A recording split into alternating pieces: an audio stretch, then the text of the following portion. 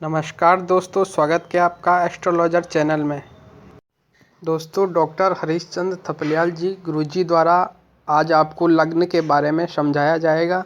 तो अधिक से अधिक इस वीडियो को लाइक करें, शेयर करें, सब्सक्राइब करें तथा अधिक से अधिक लोगों को इसे पहुंचाएं, ताकि लोगों को ज्योतिष विज्ञान के बारे में एक बेसिक नॉलेज बने और वो ज्योतिष विज्ञान को अधिक अच्छे से समझें। धन्यवाद। आगे देखते हैं। लग्न का मतलब होता है पूर्वीय क्षितिज। ठीक है, तो लगतीति लग्नम अर्थात कुत्र लगति क्रांति वृत्ति क्षितिज वृत्तम यत्र लगति तत्र लग्नम। ठीक है, अब सबसे पहले हम जो है क्या है क्षितिज वृत्त पर आएंगे। क्षितिज वृत्त कहते किसको है? तो क्षितिज वृत्त में पृथ्वी में हमारी स्थिति कहाँ होती है? भूपृष्ठ पर होती है। यहाँ दृष्टा होता है। यहाँ से 90 अंश की दूरी पर ऊर्ध्व खमध्य से होता हुआ जो वृत्त है अधो खमध्य की ओर जाता हुआ 90 अंश की दूरी पर वह क्या है? क्षितिज वृत्त है। उस क्षितिज वृत्त पर क्या है? उस क्षितिज वृत्त पर क्या है? पृथ्वी घूमती है। तो ये क्या है? ये क्षितिज वृत्त है। और ये क्या है? क्रांति वृत्त है। इस क्षितिज वृत्त पर पृथ्वी घूमती है तो आपका जो है क्या होता है? एक अहोरात्र होता है। जैसे कि मैंने पहले भी बताया कि क्षितिज वृत्त पर पृथ्वी 4 मिनट में एक अंश घूमती है। 4 मिनट में एक अंश घूमती है। पूरा वृत्त 360 अंश का होता है। 360 अंश इसके हम मिनट बना देंगे तो ये 4 0 की 0, 4 छक्का 24, 4 3 12 2 14 ये हो गया। और इसके अगर हम घंटे बना देंगे तो 60 दूनी 120 और 4 में से 2 गया 2 ये और ये 240, यानी 24 घंटे में पृथ्वी इस कारण से ही 24 घंटे में एक अहोरात्र पूरा करती है। तो ये हमारा क्या है? क्षितिज वृत्त है। ये क्षितिज वृत्त क्रांति वृत्त के इस बिंदु को जब स्पर्श करता है तो वही हमारा क्या है? पूर्व, ये पूरब दिशा है। ठीक है, तो वही हमारा क्या होता है? लग्न होता है। ये क्रांति वृत्त है। ठीक है, क्रांति वृत्त पृथ्वी में जो दक्षिण से उत्तर को जाने वाली जो विषुवत रेखा है, उस विषुवत रेखा से ठीक 24 अंश पर जिनांश तुल्य उसको बोला जाता है। वहां पर क्या है? कदम्ब प्रोत वृत्त है। उस कदम्ब प्रोत वृत्त से 90 अंश की दूरी पर क्रांति वृत्त है।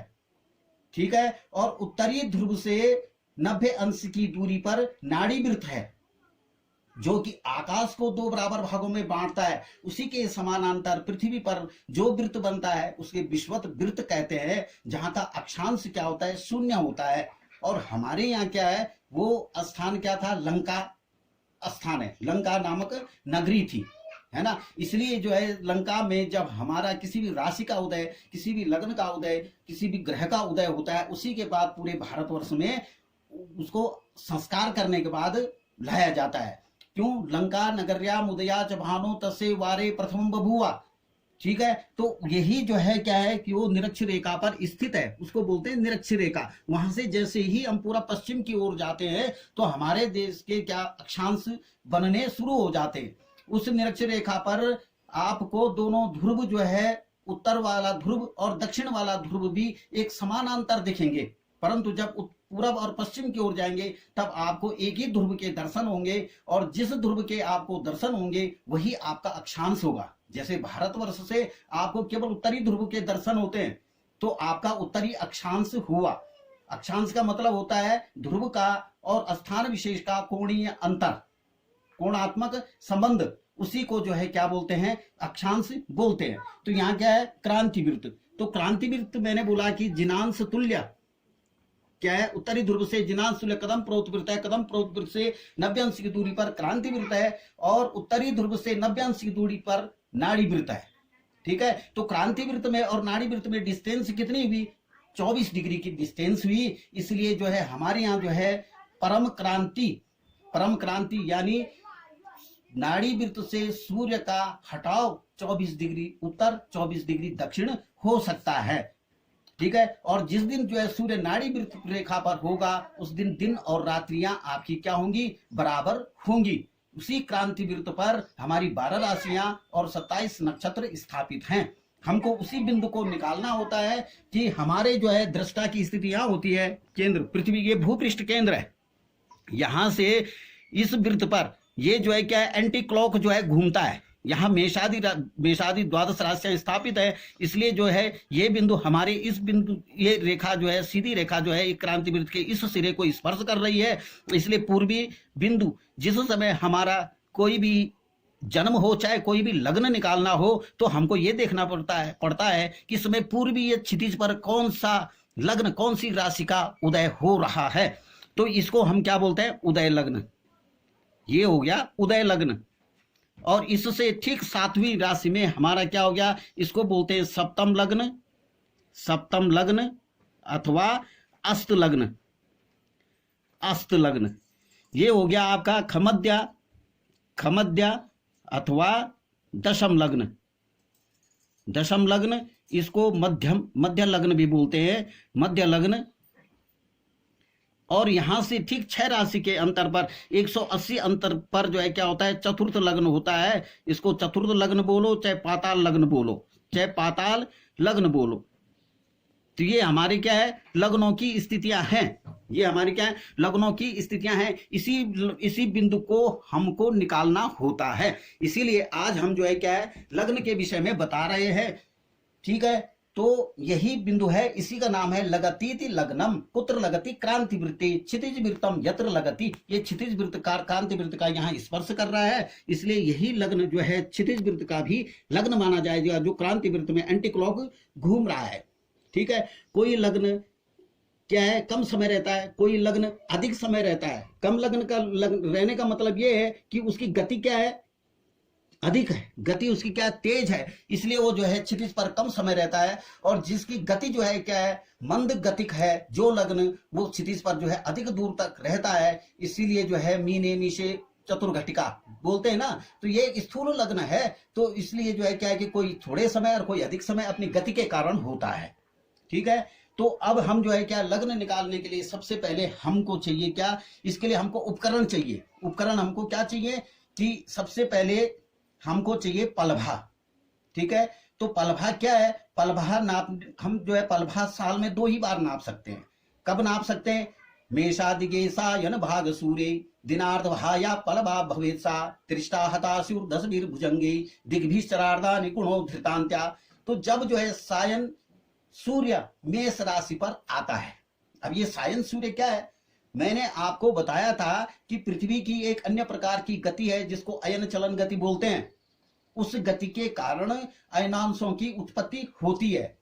ठीक है, और वो अयनांश भी क्या है? एक उसका राशियात्मक भ्रमण नहीं है, वो 27 डिग्री पूरब तक भ्रमण करेगा, फिर अपने मूल बिंदु पर आएगा, फिर 27 डिग्री पश्चिम भ्रमण करेगा, फिर अपने मूल बिंदु पर आएगा। अर्थात अयनांश 108 अंश में उसका भ्रमण होता है। जैसे 360 में सभी ग्रह नक्षत्रों का भ्रमण होता है, वैसे अयनांश का भ्रमण नहीं होता है। ठीक है, तो उस अयनांश को सूर्य स्पष्ट में जोड़ने से सायन सूर्य होगा, और उसको हम नापेंगे जब सूर्य मेष बिंदु पर आएगा।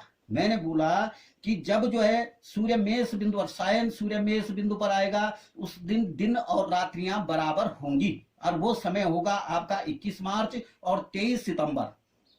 ठीक है, अपने पंचांग में देख लो कि 21 मार्च को और 23 मार्च को दिन और रात्रि बराबर है या नहीं है।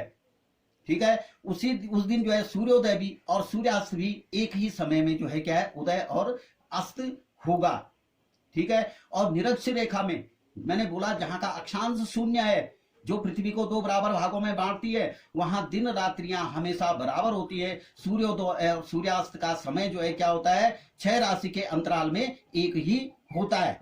ठीक है, तो हमको क्या चाहिए? सबसे पहले पलभा चाहिए।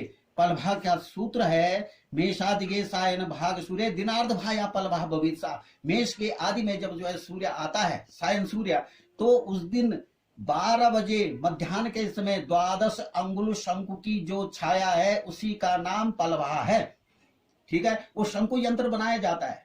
ठीक है, वो शंकु यंत्र बनाया जाता है, परंतु हमारे यहाँ जो है क्या, पलभा जो है निश्चित है कि 7 जीरो यहाँ की पलभा है। ठीक है, तो वो उसी दिन होगा जिस दिन सूर्य जो है मेष सायन मेष पर आएगा और सायन तुला पर जाएगा। 2 ही दिन हम जो उस पलभा को नाप सकते हैं। ठीक है, क्योंकि पूरे भारतवर्ष में उस दिन जो है दिन और रात्रियां बराबर होती हैं। तो मेषादिगे सायन भाग सूर्य, तो आज का जो है यहाँ के जो है पलभा कितनी है? 7 जीरो। त्रिष्टा इसको 3 स्थानों पर रख दिया। और 10 भीर गुणा 10 भुजंगई गुणा 8, यानी 8 प्रकार के सर्प की प्रजातियां थी, गुणा 10, 70 जीरो, 56 जीरो और 70 जीरो। ठीक है, 10 भीर भुजंगे। फिर अंत में क्या करना है, मेषादिगे सायन भाग सूर्य दिनार्थ भाया पलवा सास्यु दृष्टा तास्यु 10 भीर भुजंगे गुणों धृतांत्या। अंतिम वाले को जो है क्या, गुण यानी 3 सत्वरज और तम 3 से भाग दे दो 3, तो ये आ गया आपका 23। इसको छोड़ दो तो ये आपकी जो है क्या हो गई, मेष के चरखंड हो गए। 70 जीरो, वृष 56 जीरो, मिथुन 23 जीरो, ये चरखंड बन गए आपके।